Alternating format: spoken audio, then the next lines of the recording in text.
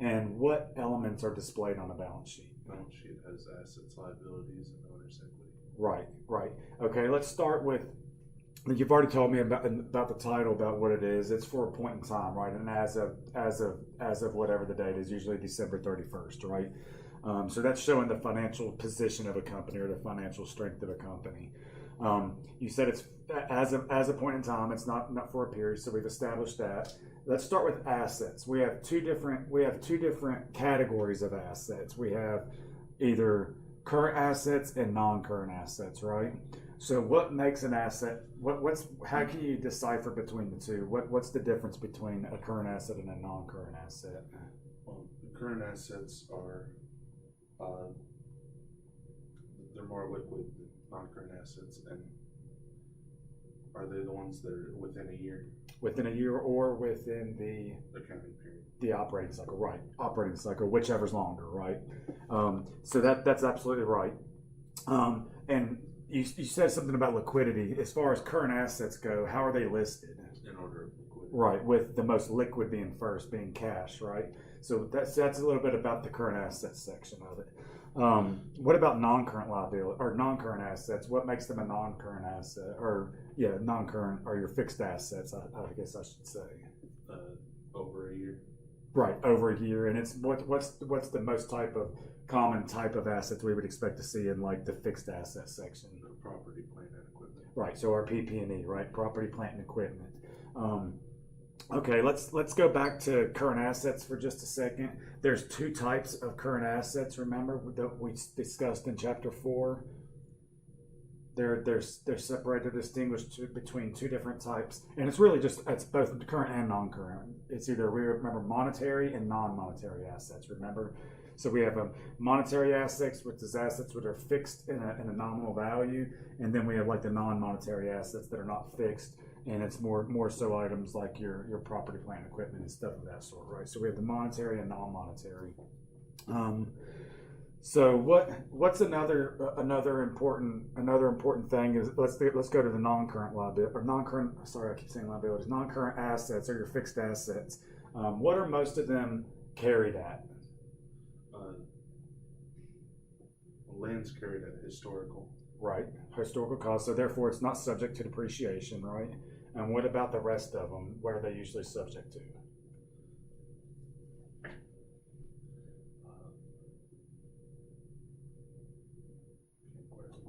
No, you're right, because it's depreciation, right? So if land's not subject to it, if land's not subject to it, then the other ones are going to be subject to depreciation. So if we're carrying them at cost less accumulated depreciation, then what is that value that we're carrying it on the books at? It's the carrying value, right? So it's the net book value. That's the value that the company's carrying it. Let's see here. Let's go ahead and move to the liability section of the balance sheet. Right now, we're doing a review of chapter 4, really just talking about it because we're going to move on to chapter 5 today. So we're pretty much just having a little discussion about the balance sheet and the statement of shareholders' equity right now. And right now, we're currently on the balance sheet, and we've moved to the liability section of it. So within the liability section of a balance sheet, we have two parts of liabilities, right? We have current liabilities and non-current liabilities. Okay, so what's the distinguish between the two? How can you decipher between the two of those? Current like within the year. Right, or the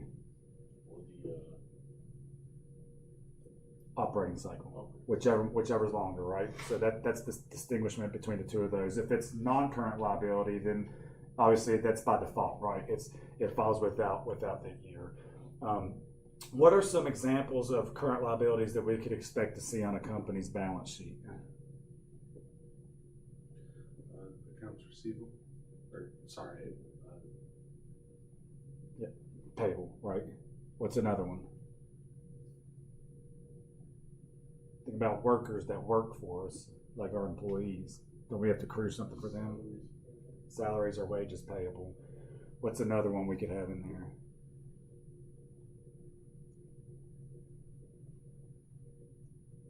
What about current maturities of long-term debt, the current portion of long-term debt that's maturing, right? So that's some ideas about what could be in there. what are our liabilities carried at on the balance sheet? What's the value at which they're carried at? That their present values, right, of the obligations that it would be to be able to satisfy them. So the present value. Okay. What's some example of some long-term liabilities that we might expect to see on a company's balance sheet? Long-term debt. Right, like long-term debt that could arise from like a note that we pay to a bank, or if we have issued bonds, maybe if we have bonds payable, right? Speaking of bonds, what's a contra or an adjunct account, meaning sort of like accumulated depreciation is to fixed assets? What's a contra or an adjunct account to bonds that we would expect to see on a balance sheet usually, because they don't sell at par? They're usually not going to be issued at par, so they're going to either be sold at a premium or discount. So if that happens, if we issue a bond at a premium or discount, then what can we expect to see right next to that bonds payable?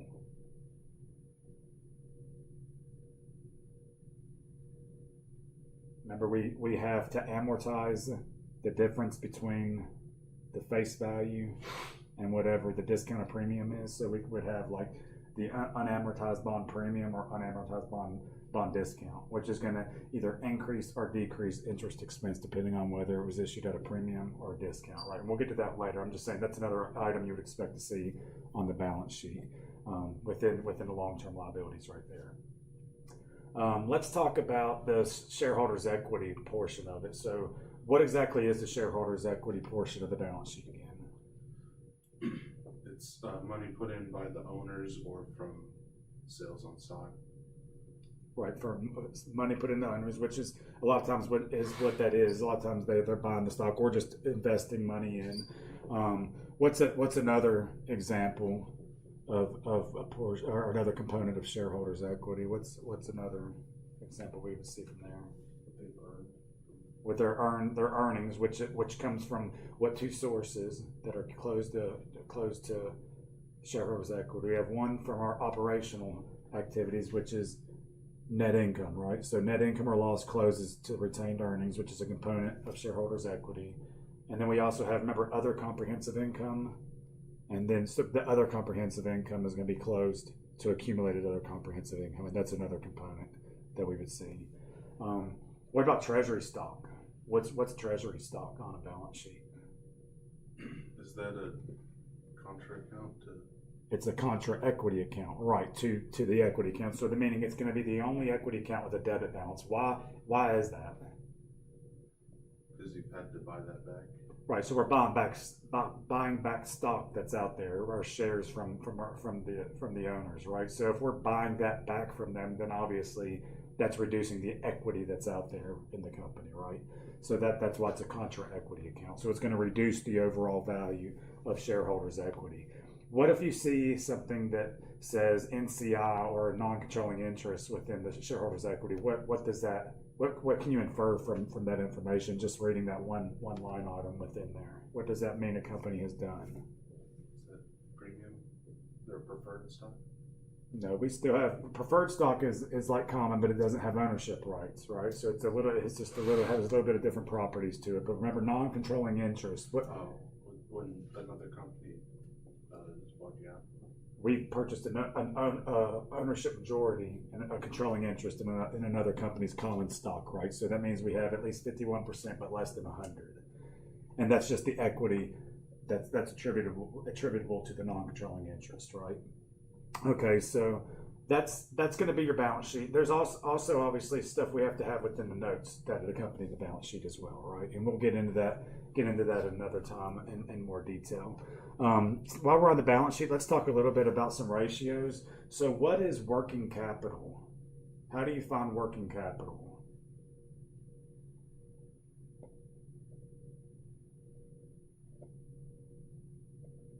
It's just current assets minus your current liabilities, okay? That's going to be working capital. So and it makes sense, okay? And I don't even know if that's one we went over on the slides. It might have been one that we skipped at the end, because as I was telling Will, there's about 10, 12 slides left. I decided to forego them and just talk about some stuff for a minute. We're also going to be switching stuff up in here. I'm going to start pulling out the most relevant stuff off the slides, and we're going to start actually working through problems and being a lot more like application in the class. So I'm not going to be just boring you all with slides moving forward. So working capital is what again? Current assets, current liability. Right, and does that make sense why it would be your working capital? If you think about it, that pretty much is your free capital you have to operate up off of, because think about what current assets and current liabilities are. They're either stuff that's going to be used or consumed within a year of the operating period, or something that's going to be satisfied within an operating period. So if you take your current assets and back out your current liabilities, that's going to give you what capital you have to work with, right? Throughout that operating period. So there's your working capital. What about your debt to equity ratio? How do you find your debt to equity? That'd just be liabilities over equity. Right, all liabilities over all of equity, right? Bless you. Everyone kind of cool to see how the ratios stuff. There's a few other ones. I just want to touch on just a few of them for just a second. Everyone's familiar with the balance sheet, different components of it, different elements on there, and a few ratios. What about the statement of shareholders' equity? What exactly does that report?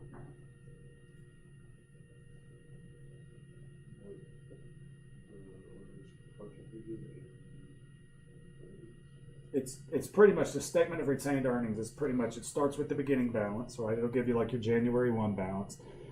And then you just account for all the changes that happen throughout the period, right? And then you have the ending balance. Remember, we looked at that slide from chapter 4 and it had the different components of it, like common stock, preferred stock, treasury, or AOCI, whatever the components of shareholders' equity were, and they just had the beginning balance, and then all the activity, all the shares issued, the treasury shares purchased, the retained earnings from net income being closed, or net operating loss, whatever it might be. And it just keeps a tally from beginning period and then runs through the changes and then shows the statement of retained earnings at the end, okay? So that's pretty simple, right? Not bad. You just have to account for all the changes that happen throughout your income statement and all the other activities of the company. So does that make sense? Okay. So now let's go ahead and move on to chapter 5. And once again, chapter 5 is on the income statement and the statement of cash flow. So let's just talk about these items for a moment before we actually get into it. So what again is the income statement? Income statement is it keeps track of what's going on in the current accounting cycle. Right, so it's how you measure your profitability, right? It's how the company measures its overall performance, how it operates, right? So what elements can we expect to see are being measured if we're measuring the performance? What elements can we expect to see on the income statement? Revenue and expenses. And what are the other two? Those are tied directly to the operational aspects of a company. But then we have peripheral activities, meaning that's not directly tied to our line of operation. So if we're in a business of making furniture, manufacturing furniture, meaning a peripheral activity means something outside of the lines of manufacturing furniture. So what could be some activities that would cause, I'll go ahead and tell you, gains and losses, okay? So what could be an activity that a company could do that could trigger a gain or a loss outside of their normal operating activities to generate revenue? Because revenues and expenses is what the company, because remember, an expense is something that is incurred in order to produce a revenue, right? That's how we have to incur an expense to either produce a good or a service to our customers, right? So that's the main operation stuff, revenues and expenses. Gains and losses are peripheral gains and losses, okay? Meaning, what's an example a company could do, an activity to trigger that? Stock. Right, if we invest in like trading securities, right? And we buy in maybe in January and it was trading actively for $10 a share, and then in December it's trading for $15. So we have a $5 holding gain. So we'd have to increase our investment account and then recognize the gain in earnings, right? So these are the main items that we're going to account for on the upper end, on the actual income statement, okay? So revenues, obviously, what are going to be our main source of revenues? It's going to be whatever line of business we're in. So if we're selling furniture, that's going to be our revenue off that, right? So that's going to be our main revenue stream. let's talk about what's the next line item we could expect to see after revenues. And let's say if we are like in a manufacturing or wholesale and distributing company, so we're actually having actual tangible good that we're selling or producing. What's the next line item we would expect to see on the income statement right after revenues or sales? Cost of goods sold. Right, cost of goods sold, which is what? What exactly? What moves from the balance sheet and enters into the determination of cost of goods sold? There's an item that is directly linked that we're carrying. It's a current asset on the balance sheet, and when we dispose of it, it triggers in it moves. We have to reduce it on the balance sheet as a current asset, and it has to be expensed in the cost of goods sold. What item is that? Inventory. So there's a direct correlation, right, between the two, between inventory and cost of goods sold. What's the formula to find or to compute cost of goods sold? Does anyone know that off the top of their head? How do you find that item? So sales minus cost of goods sold equals gross profit. Right, but I'm asking, how do you find cost of goods sold? How do you find that number to be able to punch in to your income statement? Does anyone know that off the top of their head? It's beginning inventory. So if we have inventory at the beginning of the period, right? We add our purchases. So if we have our beginning inventory, say we have $10 worth of inventory on hand, right, at the beginning of the month. If we buy $10 more of inventory, right, then that's going to give us cost of goods available for sale, which makes sense, right? Because we have all of our beginning inventory, we've purchased more, right? So now that's our cost of goods available for sale. So to find out how much we actually used, we just beginning inventory plus purchases, and then from there back out ending inventory. And that's the difference is going to give you your cost of goods sold. Does that make sense to everybody? And we'll get into it more as we move forward. I just want to talk about the main components of it instead of just boring you all through these slides moving forward. So cost of goods sold, beginning inventory plus purchases, that gives us all goods that we have on hand available for sale. And if we back out from what we have available for sale from the beginning inventory and purchases, we back out what we have left, the difference is what we actually expensed, right? So that's going to give us the cost of goods sold. Does that make sense to everybody? Okay. So if we have our gross sales minus cost of goods sold, then what line item does that give us? Gross profit. Gross profit. Gross profit represents what?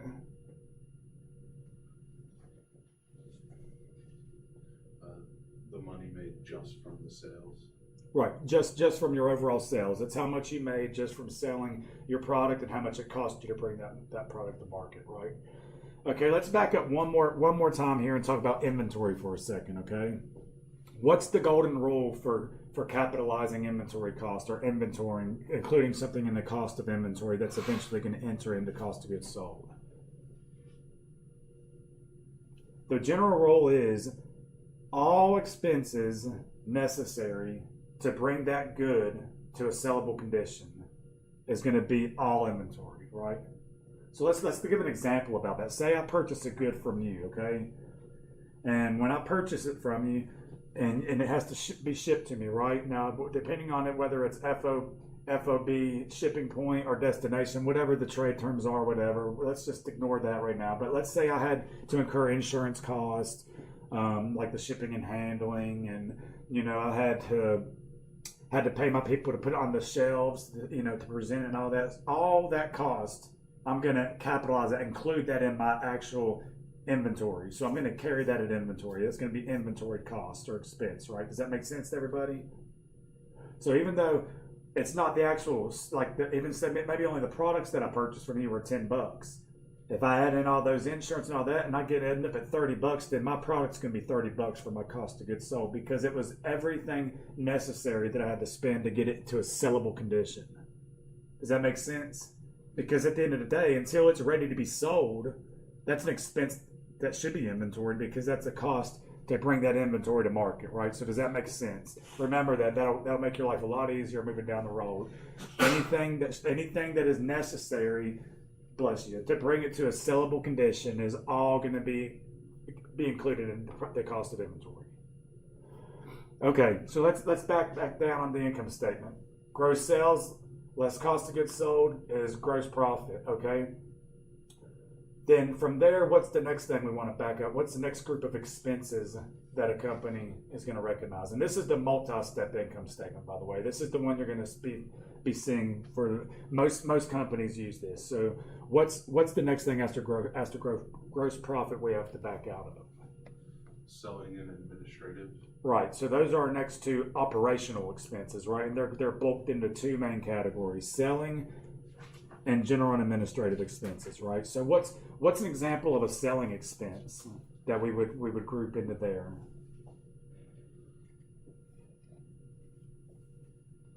I think if we were trying to sell some products, if we had a company, what would be some expenses we would have to incur? Like, say we're selling truck parts, okay, and we have like a sales force that have, you know, a fleet of vehicles. They go around to our customers, that they're actually out there earning it, you know, I mean, burning the road up, going from door to door, trying to earn new customers, deliver parts to existing customers. So what's some expenses that you could think of that we would punch into a selling expense that would directly relate to selling our good or service? What, the wages of the salesman? Right, commissions, right? The salesman. That's because they're there to sell, right? When we pay them, we're paying them for selling our parts, right? Or for selling, in this case, our truck parts. What's another one we could put into as a selling expense? Think about getting your word out there. How you can get your word out there? What's that known as? Advertisement, marketing, stuff like that. Selling expense, right? Because that's tied directly to selling your product, right? So does that make sense on the types of stuff you would expect to see?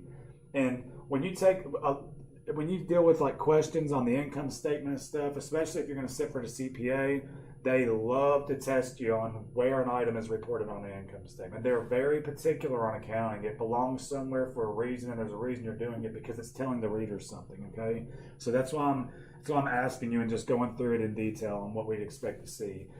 So those are some selling expenses we'd expect to see. What about general and administrative expenses? What's an example of some general and administrative expenses? Like management wages. Like management wages, like the upper management, right? Stuff like that, exactly, because that's the general administration of a business, right? What's another example we could see out of that? Accounting wages. Accounting, right? Because that's just the general application of making sure the business is running, right? What about janitorial costs? Just a general expense to make sure it's running, right? So we can kind of get the idea of that too, right? Just the general and administrative expenses right there. So let's go ahead now that we've backed out those two from gross profit. If we back out operational expenses, which are what? There's two components to operational expenses. What are they again? We just went over them.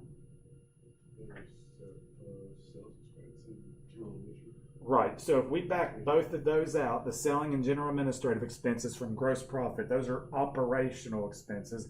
What's the next line item that it's going to give us? What's the next earning earmark that it's going to tell us on that income statement? Operating profit. Operating income, right? So do you see why it's so imperative and so important, why they're so nitpick and attention to detail of where these expenses belong? Because if we're an external user, because what's the overall goal and the overall point of accounting again? For financial accounting, what is it? From chapter 1, the overall purpose and the goal of accounting is for what? To give information that's useful. Right, provide useful information to decision makers for investing purposes. So if we can see there what we just built, we'll stop there and just backtrack one more time.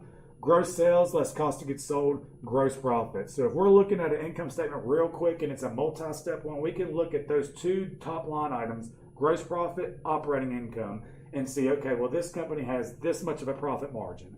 That meaning they have, let's say, 35%. Okay, so they have a 35% profit margin that they can cover all their operating expenses and any other thing else that they need, right? So we know that's how strong they are just from selling what their main purpose of being a business is. That's how much they get their products for produced, and then how much they bring in selling them, right?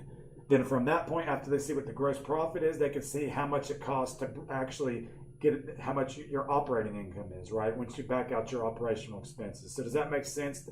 Like, well, it'd be so nice and neat for a reader to look and say, okay, well, there's our gross profit. After you back out all the other crap, here's our operating income. So from operating income, what do you think comes next? Remember, we had revenues, expenses, and then Gains and losses. right, gains and losses, like our other income items, which is our peripheral gains and losses, right? So then from there, we just add or subtract them, whether we're holding marketable securities, whatever it might be. What's another example of something that could cause us to have a gain or a loss instead of like an investment in something? What if, let's say, we have a disposition of an asset, meaning we dispose of an asset from on the balance sheet, like a fixed asset. How could that trigger a gain or a loss? First of all, how do we carry fixed assets on the balance sheet? Let's think back to chapter 4. How is your most property, plant, and equipment carried? With depreciation. At book value, right? Which is cost less accumulate depreciation, or even land. We can even use land, even though it's not subject to depreciation, but it's carried at historical value, right? It's not adjusted for changes in fair value or any of that, right? Okay, now let's say if we make a sale to somebody, we're concerned with what value at the time we're making a sale. We're not concerned with historical costs. We're concerned with what value, which is what fair value, right? What the fair value on an open market would be. So if we're going to dispose of, let's just keep it simple with land, right? So we purchased it $100. That's the historical cost. It does not change, right? No matter how long we hold it, how much it goes up and down in value as the fair value. We're pegged at historical cost as our carrying value on our books, right? So if we sell that land for $200, then obviously that's going to trigger a gain, right? Because when we reduce the asset because assets are debits, so if we credit the land for $100 to get it off the books, we have to credit the other $100 as our gain, right? And then to debit the cash for $200. Does that make sense? So that's that's another activity that a company could have that could trigger a gain or a loss on our income statement. Does that make sense to everybody? Okay, so we add in our gains and losses from our peripheral activities, right? And then from there, we're going to have another little item of discontinued operations, okay? What is a discontinued operation?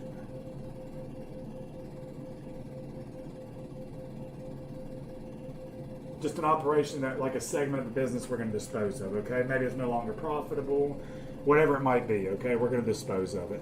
And they want to separate that from their actual operating activities, just so the reader knows, okay, this is being disposed of, and this is what it earned throughout the period, and this is how much it gained or lost on disposal of it, okay? And we'll get into that more. From there, we'll have income before income taxes, so income before taxes, right? From there, we add in our income tax expense, which is currently 21%, and then from there we have net income, right? So long and short, that's what a multi-step income statement is. Does it make sense to everyone? And I know we're going to get into it and talk a little bit of it. While we're on it, let me go ahead and just point out, there was one slide I want to just show, and it kind of just gives the formula of what we just talked about. Then we'll talk a minute on the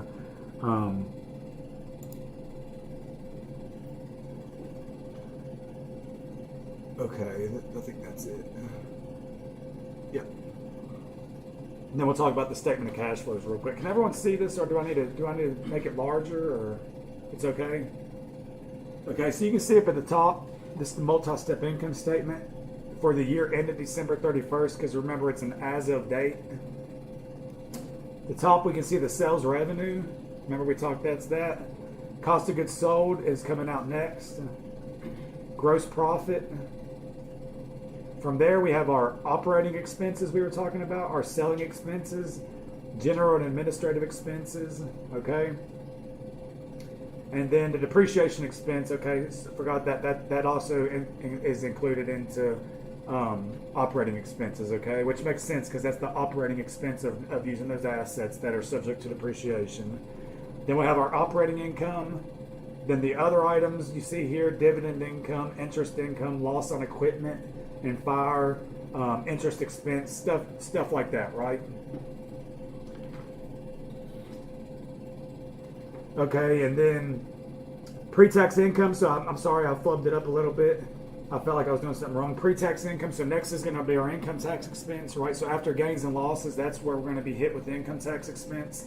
And then right after our income tax expense is where discontinued operations are. Okay? So you can see here we have the income tax expense here, and then income from continuing operations. Then the results from discontinued operations. On the discontinued operations, okay, we want the income or loss that it produced for the period, and then what it was disposed of, right? And notice here how it's listed after income tax expense. So anything the results that are being shown here has to be net of tax. Okay, so meaning if it was like a 30% tax rate, if we dispose of something that's net of tax, we'll take the overall gain and then multiply it by 1 minus 0.3, and that'll be net of tax effect. Okay, so you just take the tax effect out, right? Then from there you can see we have our net income. So sorry about that. I flubbed up on the discontinued operations. That's net of tax, and so it's underneath your income tax expense. Does that make sense? Does it make sense seeing it right there? There's also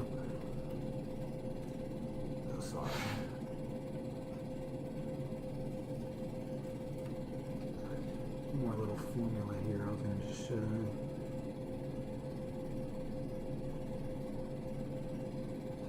I'll see it here. We'll go ahead and got 10 minutes. We'll look at it next class.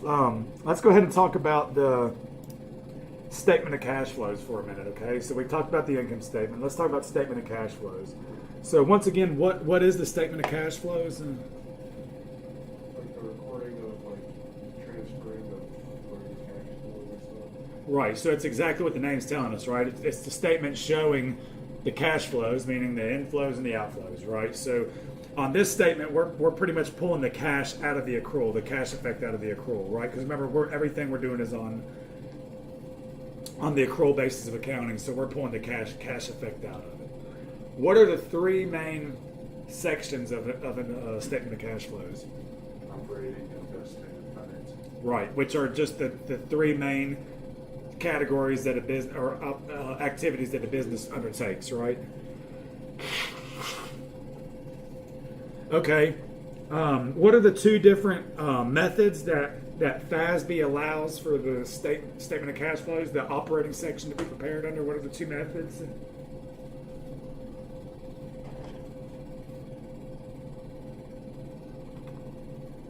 We have the direct method and the indirect method, okay?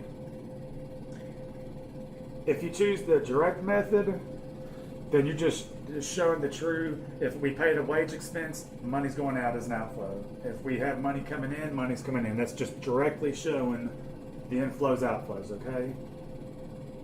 From there, if we use the direct method, we have to have a schedule attached showing the reconciliation of net cash flows provided from operating activities, which is, in effect, the indirect method, okay? So whichever way you do whichever method you choose, because you're allowed to do either one, you can choose. They leave you the option.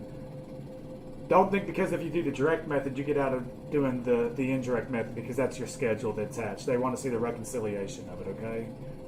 If you do the indirect method, which is the reconciliation of net cash flows provided from operating activities, then you have to attach on a schedule on there your interest expense and your taxes paid, because it's not accomplished through the indirect method, okay? What about next on the investing and financing section? Is there any difference between the way you can prepare those two sections? They're not. They're the same, okay? So no matter which method you use on operating, financing and investing sections are going to be prepared the exact same way, okay? So operating is the only difference right there. What are some examples of the cash flows we'd expect to see within the operating section of our statement of cash flows? Think of the name of the section, operating. So do you think maybe it might be like the operational activities, like the income statement activities in the operating section for the most part? So if that's the type of items of cash inflows and outflows we'd expect to see. So what are some of the examples of inflows and outflows of money coming in, money going out from the operating activities that we would be accounting for. Revenues and expenses. So like interest expense, right? Wages payable, or like money we pay to employees, right? Stuff of that sort, right? What about in the investing activity? What type of cash inflows and outflows could we expect to see on the investing activity side?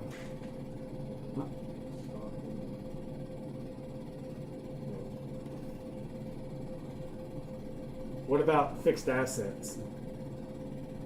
So if a company's purchasing a fixed asset, aren't they investing into it? So most of the items you would see in the investing is going to be your dispositions and your purchases of like your fixed assets and stuff of that sort. Okay. Now you did mention something like investments. Like if they have available for sale ones, not their stock, but if they're with other companies, buying and selling with other companies stuff, it would be in the investing side of it, okay? Other than trading ones, okay? But if you're available for sale, if we're buying and selling other companies' ones, then that is investing. I was thinking at first that you were thinking of like our stock, okay? Because that's financing section. Okay, so operating activities, the cash inflows, outflows is mainly income statement accounts, right? Income statement amounts that we're looking at the cash inflow, outflow, because that makes sense. That's our operating. We're measuring our operating efficiency or effectiveness on the income statement. So that's going to be operating activities. Investing, like he said, other companies' stocks or fixed assets of the company, right?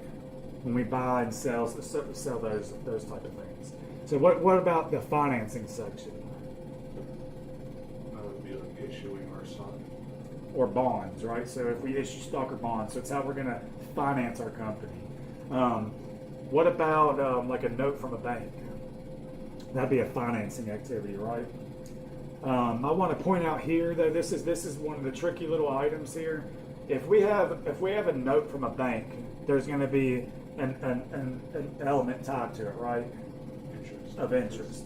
So when we make a payment to the bank every month, right, for that note that we have. Say if we borrowed a note from the bank, when we make that payment to the bank, a portion of it's going to be principal, right, reducing the principal that we owe, and the other portion is going to be interest, right?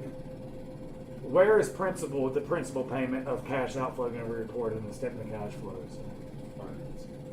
Financing. Where is the interest portion of the note that we paid going to be presented in the statement of cash flows? Operating. Why? Because that's kind of like a continuing cost to operate. Right, that's our cost incurred to be able to have the right to use those funds, right? So that's an operating expense. So just want to point out there, a lot of times a lot of people just get confused, and when they see made a payment to a bank, they forget to separate the component of interest and principal, and they just put the whole payment into financing, which is very easy to do. Just remember, interest expense is an operating expense, okay? The principal payment is the true core amount, the face amount that we borrowed, the finance operations, okay? Let me ask you this. Within, where would, if a company purchased, let's say a 3-month CD or a 3-month treasury bill or something, okay, which is a cash equivalent, what section would that be presented on the statement of cash flows? Like if we're dealing with cash equivalents, if we're purchasing cash equivalents, okay, which is like 3 months or less, like 90 days or less out. Like, so the interest is it's so minute, it's not even relevant. So it's pretty much, it's a cash equivalent. So that what it's going to be, the fair value of it's not going to change within those 90 days, right? So if a company is purchasing cash equivalents, where is that reported in the statement of cash flows?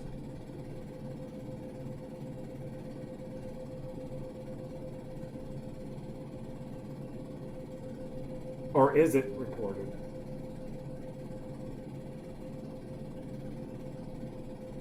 It's not going to be reported because it's a cash equivalent. That's a trick question, okay? It's another thing. CPA loves to trick you on that. Okay, so cash equivalents are not going to be reported because it's a cash equivalent, right? Makes sense? Okay. Another section on the statement of cash flows, and then we'll go ahead and get out of here. And then on Wednesday and Friday, we're gonna go ahead and kind of go backwards in chapter 4, and we're gonna be working in problems in chapter 4 and chapter 5. Not the rest of the week, Wednesday and Friday, and we might touch on another slide or two if we need to. But I just want to cover the main things and work on it, and start applying it. I think that'll make us learn it a lot better and not bore you. What if we purchase, like if we issue stock to purchase equipment, where is that going to be presented on statement of cash flows? We know it's an investing activity, right? Because we've got the equipment coming in, right?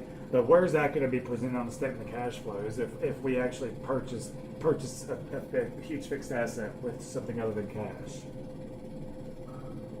Financing. It's just going to be there's going to be another schedule at the bottom. Is all it is of just your non-cash investing. Okay, so that's the other thing I wanted to point out. Really, the statement of cash flows isn't really that bad. And like I said, I think instead of just with the income statement and the statement of cash flow, same thing with balance sheet, stockholders' equity. Like I said, now we're getting into the topics that I think it's easier just talking about them for a minute, and then just learning them as we build them and see them and then explain steps as we go. So that's kind of where we're at. So that's all I have for today. And once again, like I said, let me go ahead and point this out one more time. We're going to be working out of these two weeks, the 3rd through the 9th and the 10th through the 16th. Like I said, these are chopped up because of the way they compressed the semester. Instead of starting Monday, we started that Thursday, so it's kind of messed up. But I purposely, like I was telling Will, I purposely did not post chapter 4 homework yet because I know these statements tie in together a lot, so I want to kind of work on them together in class this week. But I will be posting chapter 4 homework and chapter 5 homework and chapter 5 quiz. The chapter 4 quiz is already available. I posted that yesterday afternoon. So that's just the general idea of where we're at, where we're going. So like I said, just be ready in class. We'll start working through stuff on the MO here, so I won't be boring you all with the slides. Is everyone cool with what we talked about today? Between the statement of shareholders' equity, balance sheet, income statement, statement of cash flows. All right, cool deal. Well, like I said, be on the lookout for this stuff. I'll make sure you have plenty of time to get everything in. And if you have any trouble with anything, just give me a shout, and we'll make sure everything's everything. All right. Thank you all.